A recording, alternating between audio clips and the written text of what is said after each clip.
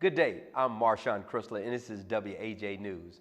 In today's top story, Mayor Tony T. Yarber signed an executive order on open data as the first step in the city's commitment to establish an open data policy and make key city data sets available to the public.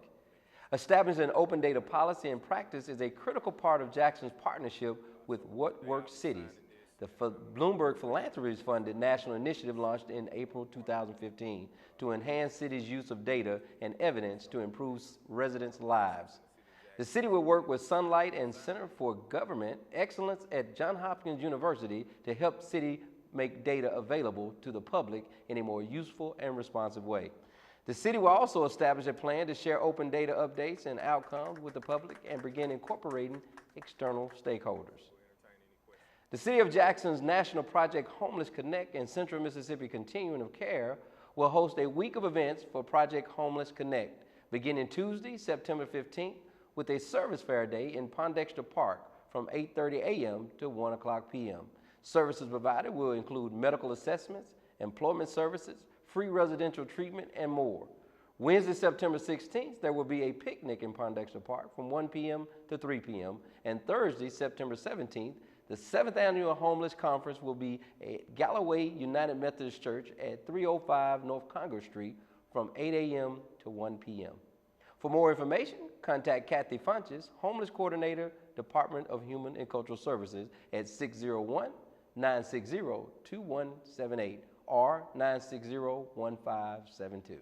The City of Jackson Department of Planning and Development Transit Services Division is proposing to make service enhancement and fare modifications to adjust for time performance issues and address ridership requests. These modifications are being made to improve the quality of life for Jackson residents and visitors, reduce overall deficit, and to enhance transit services. For more information about the proposed service enhancements and fare modifications, please contact John Ando, Transit Services Manager at 601-960-1909. September is Sickle Cell Disease Awareness Month, and the Cure Sickle Cell Foundation continues to take up the challenge to do more to educate, advocate, and raise awareness about sickle cell disease. Joining me to explain more about this month-long awareness campaign and the organization's 10th anniversary is Dr. Larry Nixon, co-founder of the Cure Sickle Cell Foundation. Good afternoon. How you doing, sir? I'm doing great, Marshawn. Thanks for having me. Yeah, I'm glad to be the host, and certainly glad that you're here, and certainly interested in talking about this great event that's coming up, and certainly about the foundation and all the great things that you all are doing. Well, Marshawn, we're happy to celebrate our 10th anniversary and being in existence. It's been quite a journey of passion and love. I have a son who's 13 years old now who has sickle cell disease, and he was the inspiration for us starting our foundation. Cure Sickle Cell Foundation was started as just a website. There was little information about a cure for sickle cell disease, and we wanted to push the message that we as families of kids with sickle cell disease, we wanted a cure. We just didn't want to have it treated, but we wanted to push for a cure. So for those 10 years, we've been fighting, trying to get the message out, not only in Mississippi, but nationally. The message that we want a cure for sickle cell disease, and it's been quite a journey. It's been a blessing to be on that journey. Well, I know, and personally, I'm very familiar with your organization and the many great things that you all have been doing in terms of awareness within the community. But I believe, as a matter of fact, I know for a fact that you also have a 5K run that goes along with this. Is that right? Yes, sir. That'll be September 27th, and that'll be kind of the conclusion of our month-long of awareness events. It starts with different events that we have throughout the month, including blood drives, bone marrow drives. One of the things that for treatment for sickle cell patients is donating blood.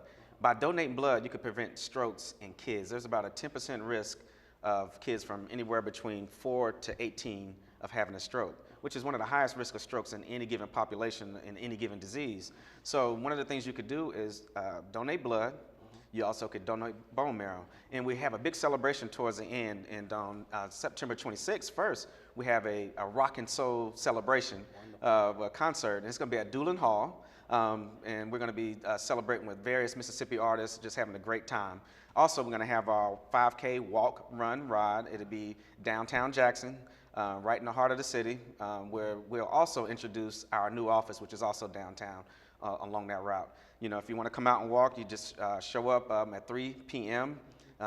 September 27th at the Museum of Art. And you can register at that time, or you could go register in advance online, or give us a call at our office. But we're excited to have this 10-year celebration going on this year. Well, I'm excited for you, and certainly it's very impressive to hear from where you are now, from whence you've come. I mean, the organization has only been around, like you say, 10 years, but you've accomplished a lot, and certainly I certainly enjoy annually participating in a 5K run, and I'll be out there this year, and encouraging the viewers also to participate. And talk a bit about that. How can citizens get involved to assist with this awareness campaign?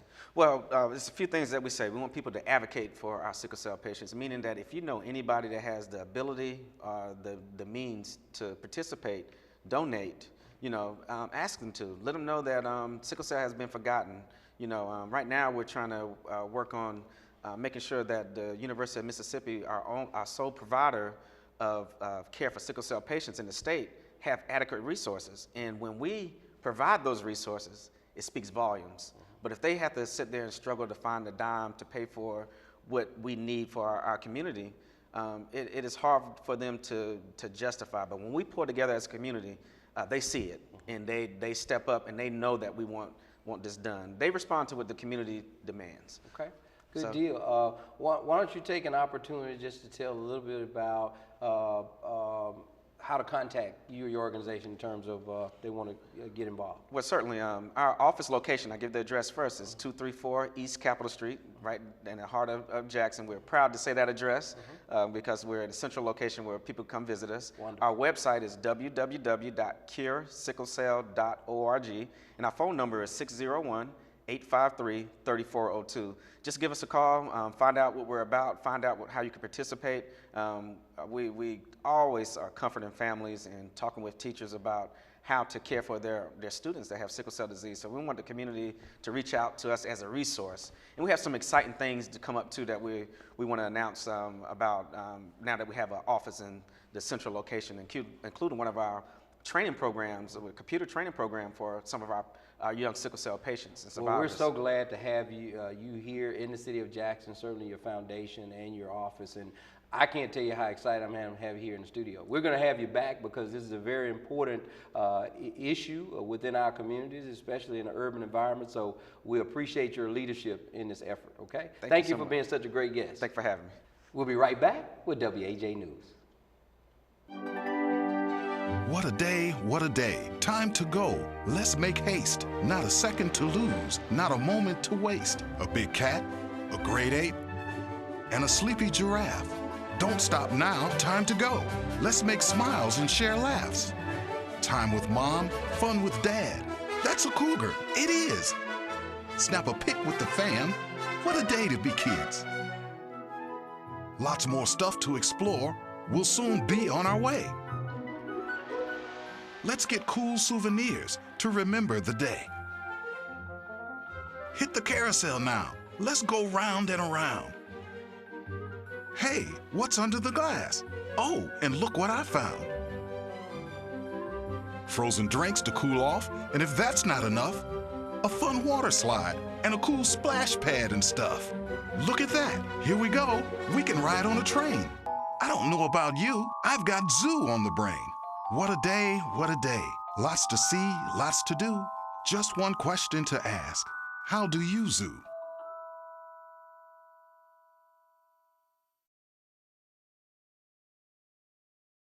Welcome back to WAJ News.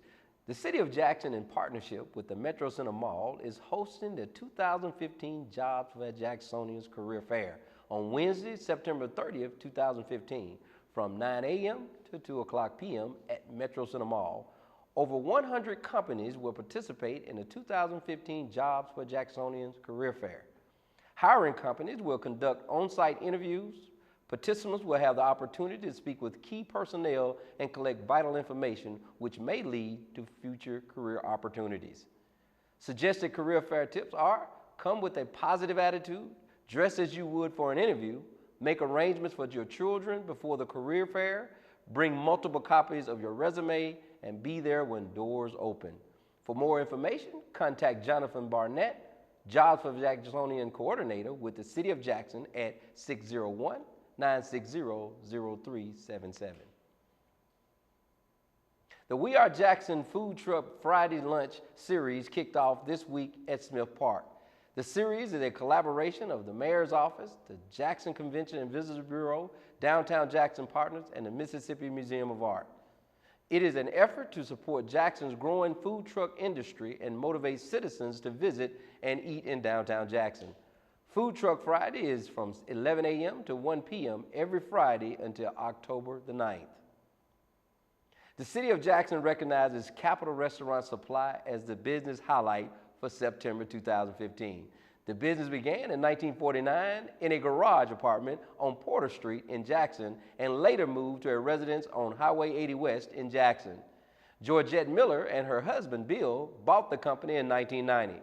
The business has grown over the last 25 years, serving Mississippi, Alabama, and Louisiana with a customer base of restaurants, schools, grocery stores, convenience stores, churches, and other businesses who have commercial kitchens. The Millers are committed to keeping business in the Highway 80 West area and confident that the area will be primed to flourish. Mayor Tony T. Yarber and the Jackson City Council continue to craft the 2015-2016 budget. Communications Director Sheila Bird explains. The City Council approved Mayor Tony T. Yarber's $381 million budget for fiscal year 2015-2016. The budget that was approved by the council included a spending moratorium, hiring freezes, departmental cuts, and a once-a-month furlough for most city employees. The budget will be officially adopted by September 15th. The new budget year begins in October. Thanks, Sheila. The Jackson Police Department next Citizens Police Academy is scheduled for October 5th through the 12th. Commander Herman Horton and Marilyn Page join us to explain more. Welcome to the studio. Thank you for having us. We're so glad to have you all here and certainly excited about the information that you're about to share. What we do in this segment, we always allow our guests to kind of come as you want to in terms of the information you want to certainly express to the viewers. And certainly you want to talk about that exciting JPD Citizens Academy. So I'm going to let you come as you will. Yes, sir. What we're looking at is October 5th through the 12th, and we're looking to have this class to start for about 7 days, and we're going to be trying to draw citizens from around the Jackson metro area to participate in this class at the training academy from 6 in the evening to 8 o'clock in the evening, and we're just really trying to increase our numbers of individuals in the city of Jackson. Well, good. So again, so glad to have you here, Commander. Ms. Page, why don't you tell us just a bit about what that encompasses, the Citizen Academy? Well, the Citizens Police Academy really entails educating and informing the community, providing a medium of police and community interaction, identifying community concerns and needs, fostering a partnership with the community and the Jackson Police Department, along with working towards a safer community within the City of Jackson and metropolitan area. Each evening, a qualified JPD representative will conduct a presentation for their respective departments on the subject matter for which they have expertise. And the program will be week-long, as Commander said, and some of the items that will be discussed will be community policing, crime prevention, community relations, major investigations, and under that umbrella we have auto theft, auto burglary, house burglary, crime against persons, youth services, sex crimes, missing persons, and vice and narcotics. That's a lot of good information, and I certainly personally appreciate the curriculum that you all outline for citizens who attend, and I've had the opportunity to go to some of the graduations. So just tell us a bit about, Commander, what this really means for those candidates to attend the Citizens Police Academy. Yes, sir. We're excited for anyone that takes upon the mantle of wanting to be a graduate of the Citizen Police Academy, and they're exposed to everything that Ms. Page has mentioned, but at the same time, what they walk away with is being an ambassador for the Jackson Police Department in the City of Jackson. But more importantly, they are exposed to the calls that the officers are dispatched to when they do their ride along. They go to the telecommunications center where on a weekly average there's about 20,000 telephone calls that are received for calls for service. And once those citizens see that, it dispels a lot of the rumors that they have and the misconceptions that they have about the work that the men and women of the Jackson Police Department perform each and every day. So you would definitely say it's an eye-opening experience for the average citizen. Yes, sir. It's definitely an eye-opening experience, and oftentimes we've had repeat participants in the program. We've had people to come 2 or 3 times after their initial class. Okay, good deal. And so I certainly believe that if I'm hearing you correctly, the one thing that the citizen definitely walks away with is a greater appreciation for what police officers in Atlanta do every day. Is that right? Yes, sir. They really do. They really walk away with a more appreciation of what we do on a daily basis, and they really see that it's not just something that can be taken lightly by the average citizen. In your opinion, considering the climate right now in today's society with the interaction between police and civilians, do you certainly think that this academy gives an opportunity to bridge any gaps that police and citizens might have? Yes, sir, and it really does, because it helps our officers to garner the mindset that Chief Vance has towards our officers interacting with the citizens, which is customer service. Because we want to get them to understand that officers are out there to do what our motto is, to serve and protect. Well, Ms. Page, I know you are representing the civilian side of it. Is there other thing you want to add to the discussion? Well, along with the programs that I mentioned earlier, we also have community improvement. I'm sure everyone is aware of that program. They go around and try and correct the abandoned housing issues in the city, clean up some of the areas, some of the properties in the city.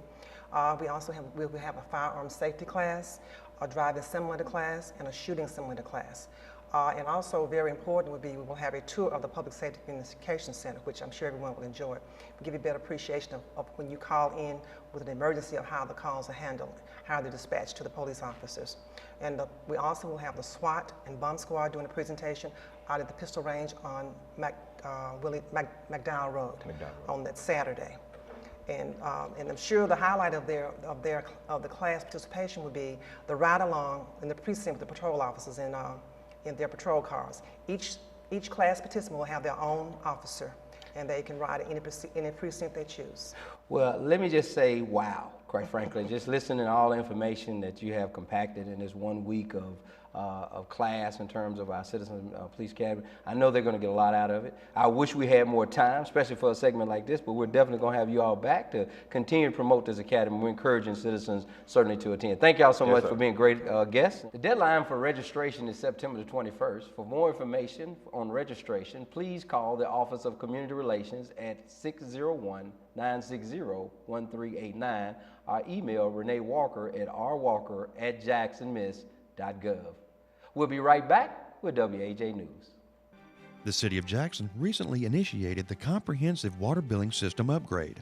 The purpose of the new customer care and billing system is to provide a more modern billing system that will greatly improve customers' experience. The new CC&B system will go live on Monday, August 31st, 2015. Please note that the following changes will be made. Water bills will be sent monthly instead of every other month for more timely information and more efficient budget management. The new bill format will be easier to read and provide more detailed information about the account. There will be a new account number. Please make note of the new account number, which will be needed when paying the bill. If the water bill is paid by automatic bank draft, the funds will now be drafted every month. Please contact the city's Water and Sewer Business Administration office at 601-960-2000 for questions about your bill.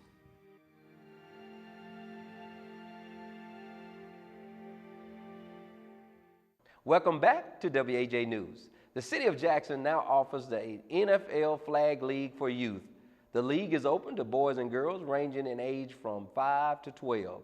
The cost is $35 per player, and each will receive an official NFL team-identified jersey, football belt, and flag.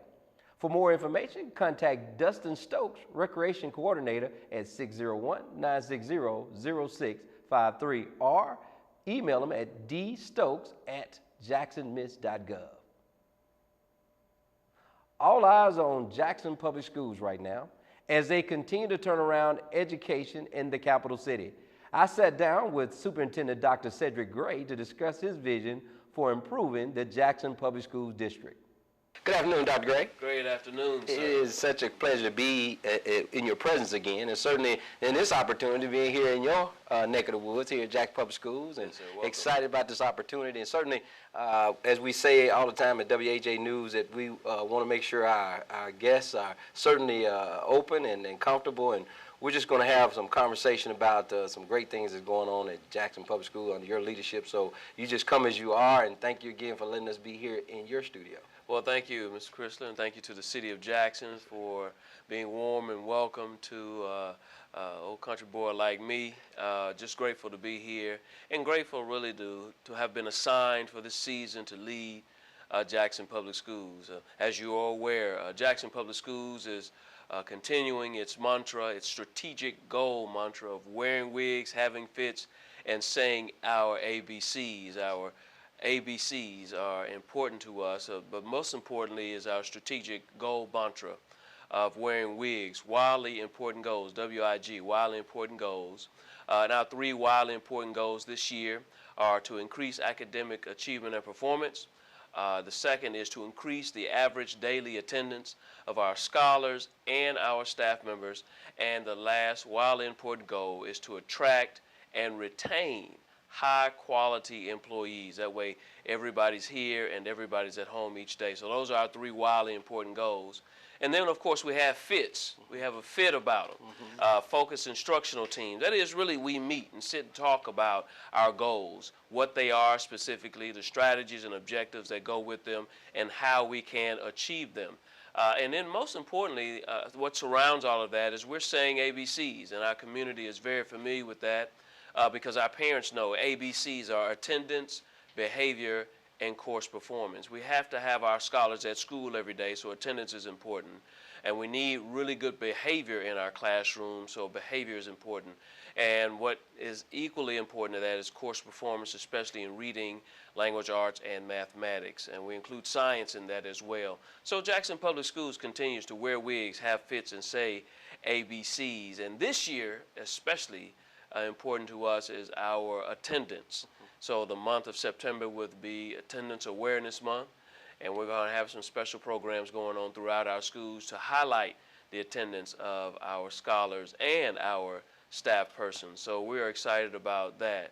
One other thing, if I can just add, this year, the new emphasis we talked about at our convocation with about 5,000 people in attendance, is the 5 characteristics of high-performing schools. Now, what we understand is that Jackson Public Schools is on a trajectory to be an A school district.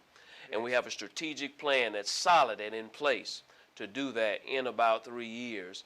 But we also know that in order for the district to have an A label, each of our schools have to attain that A label as well. And research is clear, and our experience is clear, because last year we were able to shrink the number of low-performing schools from 17 down to 8, and we increased the letter grade for 22 of our 60 schools. And so we know the formula. We've got it down, and we've discovered that there are 5 characteristics of high-performing schools, schools that do well day in and day out for our scholars.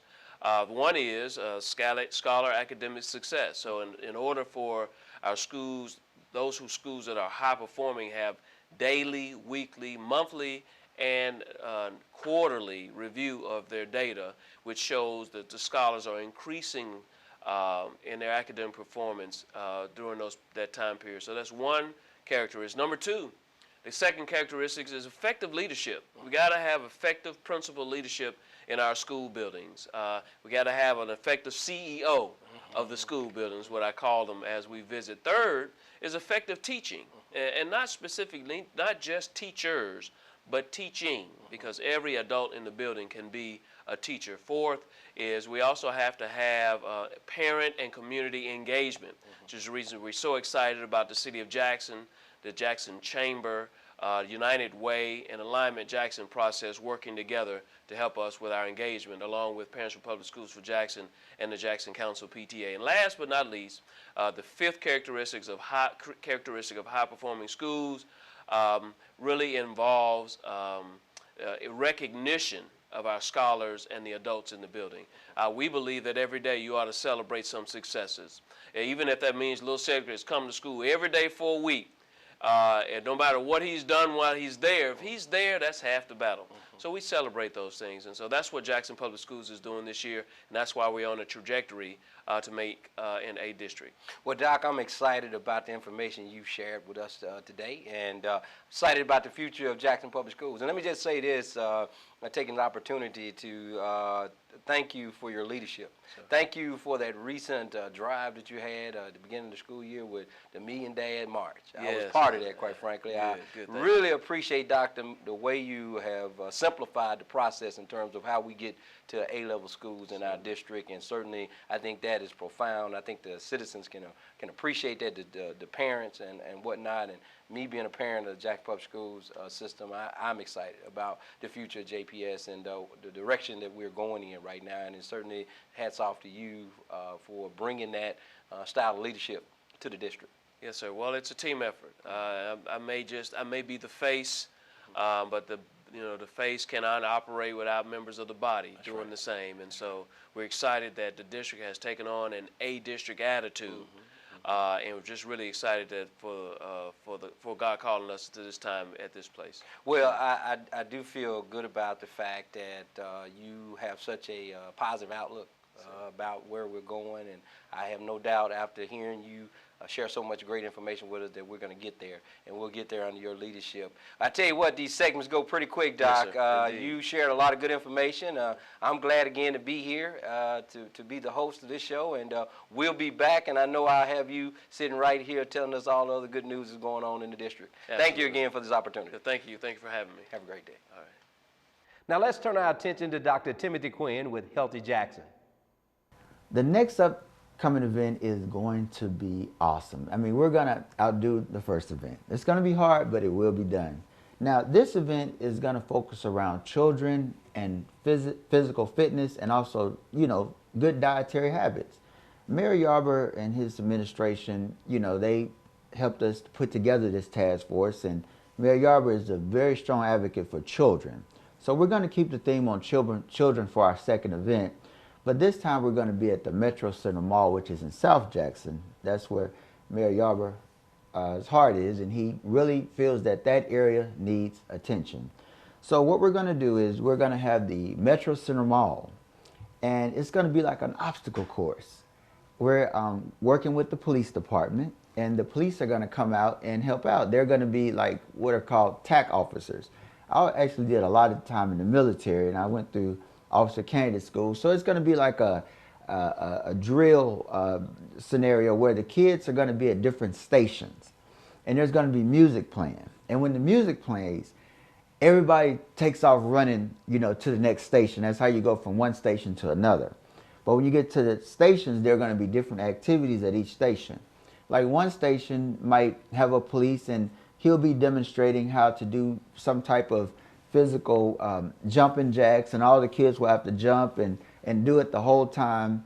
And then he'll blow the whistle and the music will play and the kids will run to the next station. But the deal is it's going to be a fun day. Like some stations will have like a dietitian to talk to the kids about healthy food and all this. And also the parents will be invited to participate as well.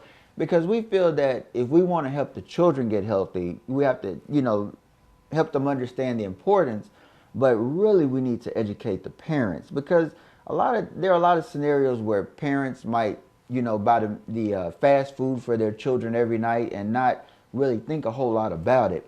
But Mayor Yarber, he wants to really make an impact and change the lifestyle of a lot of our fellow Jacksonians by just helping us to realize that healthy options are better, and that's what this day is going to be all about. But it's going to, once again, like the first event, have a fun environment, not just some lecture where everybody's going to sit and listen to some boring speaker and go to sleep, but we're just going to have a great time. So, we're going to have the exercise stations, the education. There are going to be a lot of contests where people will win different prizes. Now, one thing that we like about it quite a bit is the fact that it's going to be the weekend before Christmas. So we're contacting a lot of different companies and organizations to donate prizes, and every child is scheduled to receive Christmas gifts, and they're going to get these presents. But for the big prizes like the bicycles or the the iPads or the big ticket items, they'll be given off in either the raffles or the contests. And we're in the process of, getting all the logistics together. But the bottom line is, this is going to be a great event. We're going to increase awareness of the importance of physical activity and, proper dietary decisions. And hopefully we'll continue to impact our great city and make everybody healthier.